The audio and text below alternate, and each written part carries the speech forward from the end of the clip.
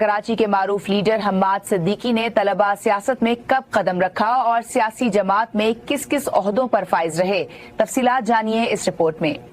حماد صدیقی 4 جون 1974 کو عزیز آباد 8 نمبر کے گھرانے میں پیدا ہوئے۔ والد مسیح الحق صدیقی عبداللہ کالج میں ڈائریکٹر ایڈمن تھے۔ حماد صدیقی نے فیڈرل وی ایریا کے ہی ایک اسکول میٹروپولیٹن اسکول سے میٹرک کیا، دہلی کالج سے انٹرمیڈیٹ کیا اور جامعہ کراچی سے انالائٹیکل کیمسٹری میں ایم ایس سی کیا۔ طالب علمی کی دوڑ سے سیاست میں آنے کا شوق رکھنے والے حماد صدیقی نے 1990 میں دہلی کالج میں پڑھائی کے دوران ہی A P M S O join کی اور پھر وہاں سے یونٹ انچارج بن گئے۔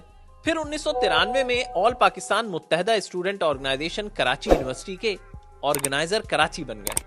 پھر یہ سلسلہ چلتا رہا۔